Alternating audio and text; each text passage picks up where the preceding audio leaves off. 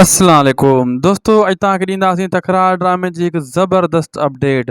ईद ते तकरार ड्रामे जी एंट्री ऐं फिल्मूं कहिड़ियूं अची रहियूं आहिनि उन्हनि जी एंट्री ऐं अदाकारनि जे बारे में बि वॾियूं अपडेटां अॼु तव्हां सां शेयर कंदासीं।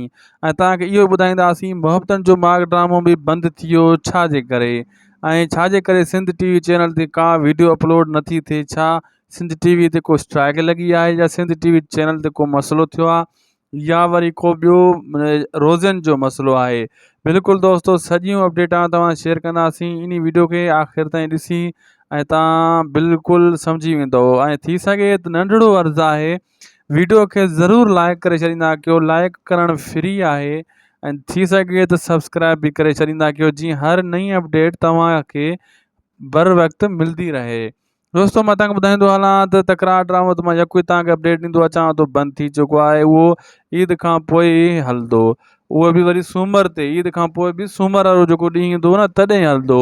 मुहबतनि जो माॻ जो आसिरो हुयो, उहो बि पेंट्री ते बंदि थी वियो। हाणे उन जी बि जेको आहे किस्त वरी तकरार सां गॾु ई ईंदी।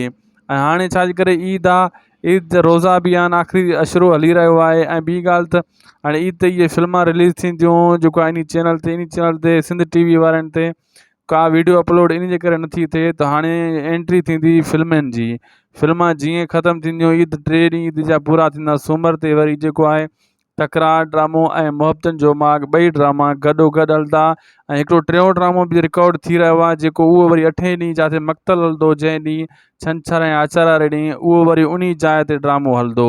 पोइ 3 ड्रामा इहा थी वेंदा, ऐं इहा लगातार ड्रामा पोइ हलंदा रहंदा। छाजे करे जेको 8 ॾींहं वारो ड्रामो हूंदो आहे, उहो नंढिड़ो ड्रामो हूंदो आहे, 20, 25, 30 किस्तनि ताईं हूंदो आहे। दोस्तों, वीडियो पुॼाणी ते उमेदु आहे वीडियो तव्हांखे सुठो लॻो हूंदो, लाइक ज़रूरु कंदा।